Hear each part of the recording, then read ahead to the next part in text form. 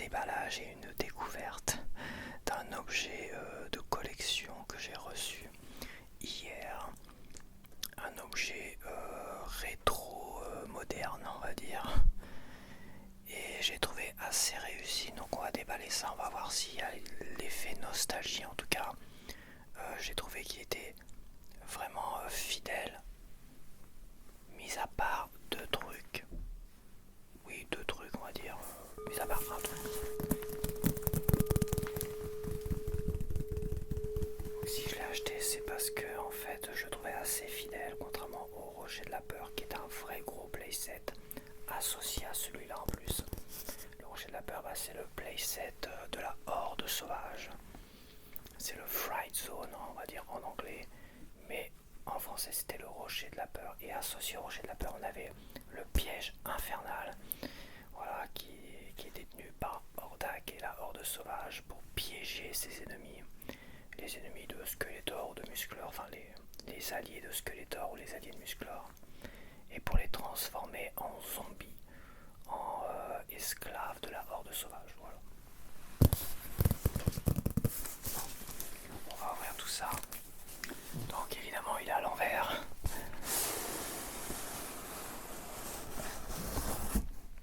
Tadam! Fright Pit, Evil Pit of Grissom Ooze. Ooze, ça doit être le slime, vu qu'ils peuvent plus l'appeler le slime. Alors quand même faut le dire, c'est le slime, ça a été inventé je crois par Mattel, justement pour la gamme des maîtres de l'univers dans les années 80. En tout cas, peut-être que je me trompe encore une fois, mais j'ai quand même l'impression que le slime, ça n'existait que chez Mattel, en verre, dans les années 80. Et après, ça s'est revenu assez récemment, je trouve, avec YouTube, les artistes ASMR, tout ça. Et ils vendaient ça dans les magasins de jouets pour les gamins, tout ça. Mais à l'époque, il n'y a que les maîtres de l'univers où il y avait du slime, donc ils le vendaient dans des petits pots rouges qu'on n'a pas là malheureusement. Des petits pots rouges que tu achetais séparément, mais dans le Piège Infernal, tu avais aussi un petit pot rouge. C'est pour ça que c'est encore une faute de goût de ces personnes qu'il y a derrière, qui ne comprennent pas qu'il y a vraiment un marché important de la nostalgie de la collection. Et il faut tout miser là-dessus. Fallait proposer des pots même vendus séparément pour que les gens achètent et tout ça. Bah non, bah c'est dommage.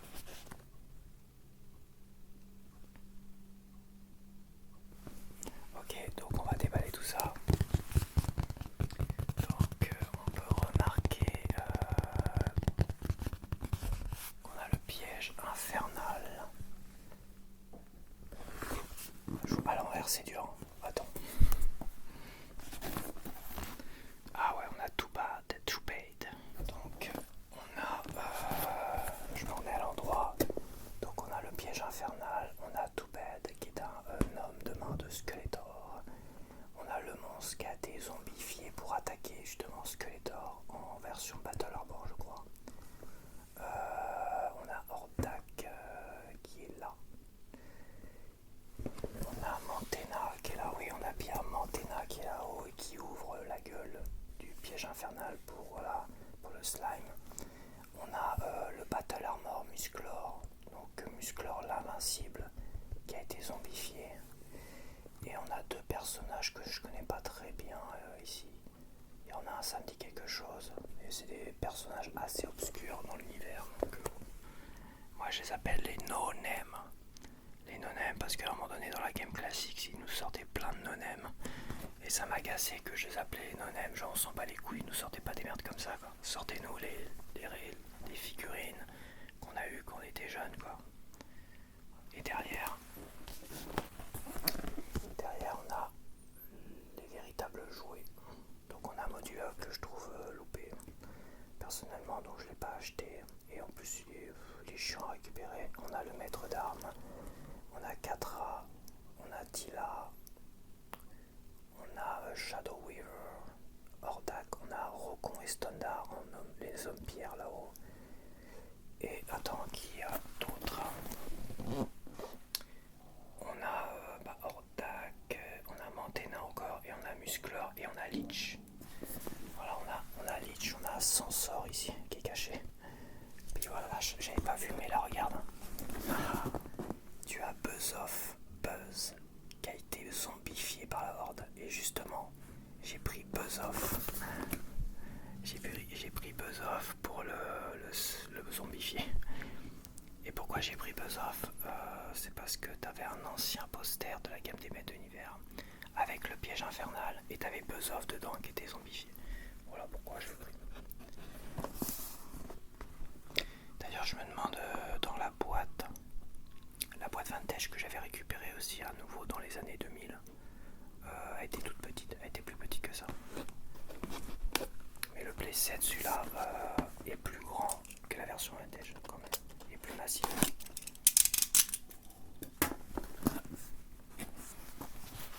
Donc, on a la notice explicative pour monter tout ça. Voilà, bon, ça devrait pas être bien compliqué. Hein. Ça s'emboîte. Ok, on va mettre ça là. On a le crâne, on va ouvrir ça.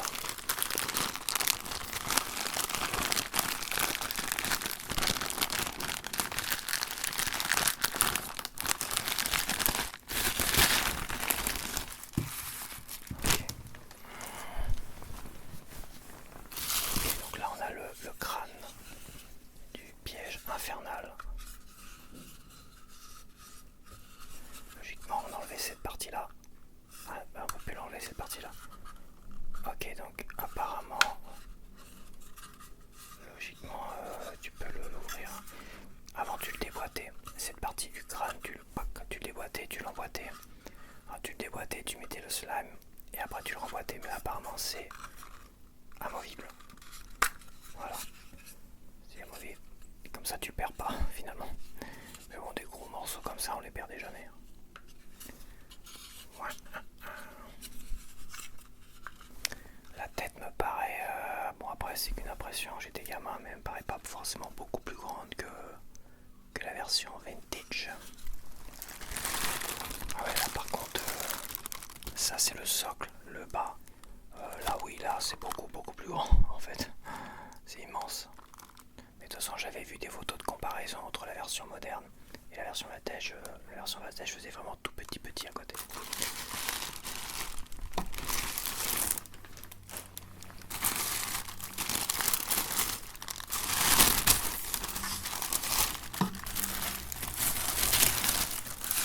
Il y a un système de lumière. Un système de lumière pour donner un peu plus d'ambiance à tout ça. Par contre, je suis pas sûr que ça fonctionne. Il n'y a pas le... Ok, mais voilà, j'ai mis des piles dedans. Voilà, des piles. C'est censé faire une lumière magnifique, mais il faut être dans le noir.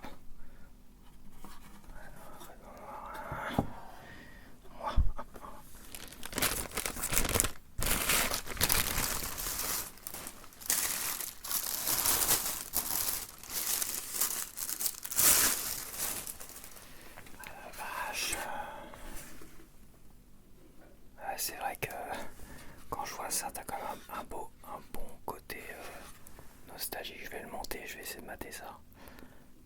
C'est visuellement quand c'est monté là. Ah ouais, c'est magnifique. Bah, le carton, la boîte, elle ressemble pas trop vintage, mais bon. Je pense que ça fait un moment qu'il joue pas sur la nostalgie. Ils tentent d'innover, même pour celui-là, ils ont tenté d'innover.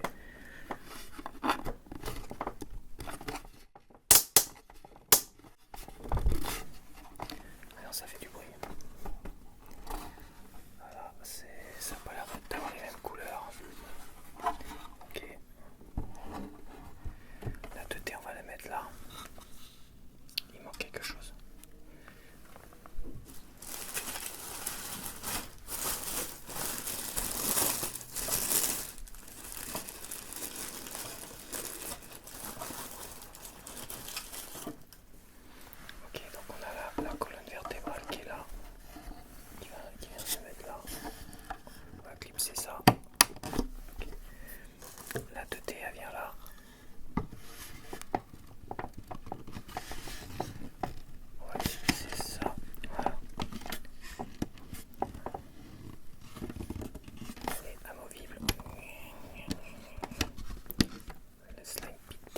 comme ça. La tête elle tombée vers le bas. Est-ce qu'on pouvait la bouger? Je pense pas. Il n'y avait pas la colonne, je crois pas. Je sais plus. Peut-être que tu pouvais la bouger comme ça. Et la grosse particularité avec ce piège infernal par rapport au vintage. Le vintage, en fait, t'avais une grosse main comme ça, ici. Et derrière, t'avais une bascule. Et en appuyant sur la bascule, la main venait bloquer la figurine comme ça. Et après, tu versais le slime. Sur le design vintage, ici, t'avais de gris et de non-pas, on va dire. T'avais des mains aussi comme ça, ici. Sur le côté, comme ça. Et en fait, ils ont décidé d'enlever cette main-là pour mettre les deux mains qui étaient comme ça, qui étaient moulées dans le décor, tu vois, pour en faire des vraies mains et bloquer comme ça la figurine.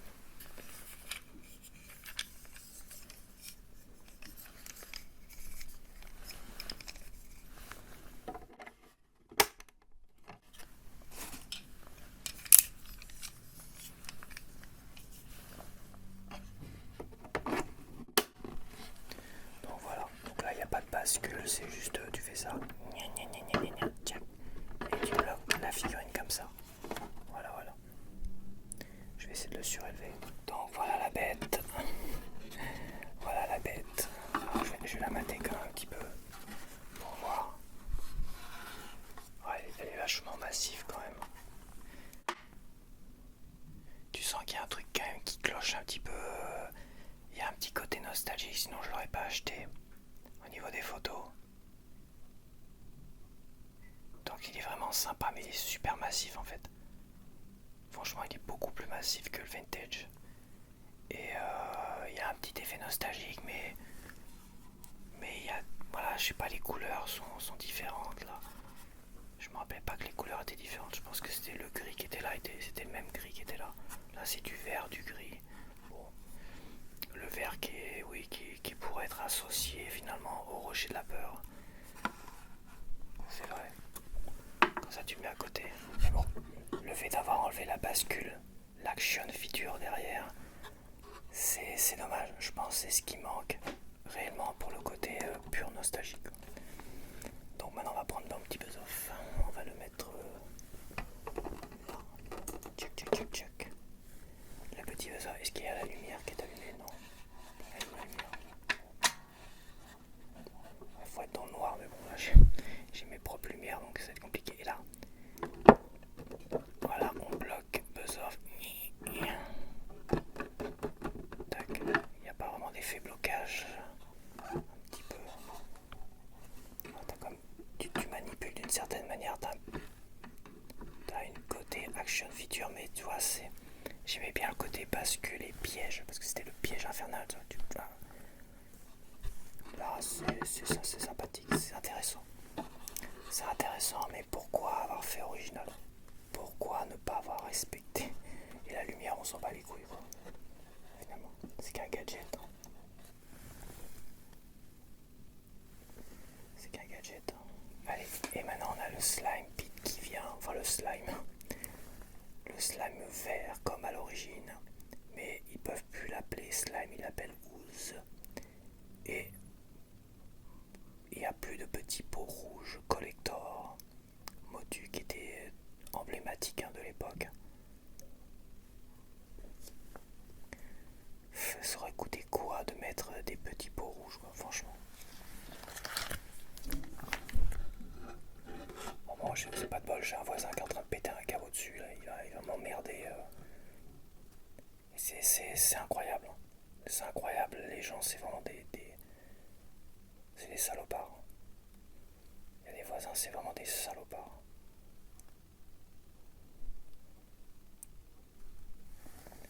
Ils déversent leur mauvaise humeur sur les autres, ou c'est vraiment des salopards.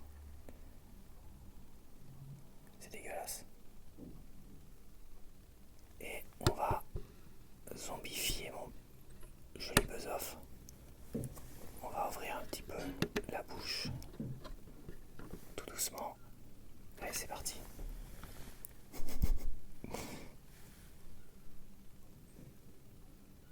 Et voilà, c'est magnifique. Pauvre du buzz-off, alors il va se faire zombifier Je vais t'aider un peu à souffrir. Et voilà, voilà les jouets qu'on avait quand on était gamin. Après, enfin nettoyer tout ça. C'était le slime, c'était quelque chose. Voilà. Ouais, c'était marrant 5 minutes, c'est vrai. Tu le faisais une ou deux fois. Et après tu nettoyais, tu le faisais plus. Après je crois que le piège infernal, je l'ai conservé longtemps parce que je l'avais encore dans la collection quand j'ai commencé à collectionner dans les années 2000. Donc on le mettait de côté, on ne l'utilisait pas vraiment en fait. On s'amusait avec les personnages et certains playsets, le château maléfique était sympa, le rocher de la peur était sympa. Et celui-là, bah, mis à part cette histoire de slime qui est dégoûtant, après faut nettoyer tout ça. Bah voilà quoi. Je vais le laisser comme ça. Je vais le laisser comme ça. Je vais l'exposer comme ça. Ça va peut-être prendre toute la poussière et tout. Bon, ça va se nettoyer quand même plutôt bien. Slime. Donc bah voilà, voilà. Ça sera une très très courte vidéo parce que voilà, comme tu l'as compris, je suis un peu embêté quand même. C'est que ça change pas de toute façon, c'est vrai. Tu vois, j'aurais enregistré une demi-heure avant ma vidéo, j'aurais été tranquille. Une demi-heure après, je suis pas tranquille. Enfin, une demi-heure après. J'aurais enregistré une demi-heure avant ma vidéo, j'aurais été tranquille. J'aurais attendu une demi-heure de plus, peut-être que j'aurais été tranquille, il serait calmé, tu vois. Mais bon, c'est le timing. Vu que j'enregistre énormément de vidéos, parce que voilà, je suis créateur de contenu, moi j'ai besoin d'enregistrer plein de vidéos. Voilà. Donc c'est sympa, il manque quand même l'effet, il manque un effet nostalgique très très fort. Mais bon, c'est normal avec les trucs modernes, ça devient compliqué. Mais j'en ai eu. J'ai eu comme des figurines où l'effet nostalgique était super fort. Et d'autres, un peu moins. Celui-là un peu moins, mais tu vois, il est pas fidèle. Les mains, elles sont pas là. Elles sont pas censées être là. Il est un peu trop large. Les couleurs, si je me rappelle, c'était gris comme ça tout du long aussi. Pourquoi ne pas avoir gardé le gris? Avoir ajouté des lumières, c'est rigolo 5 minutes, mais ça marche déjà plus.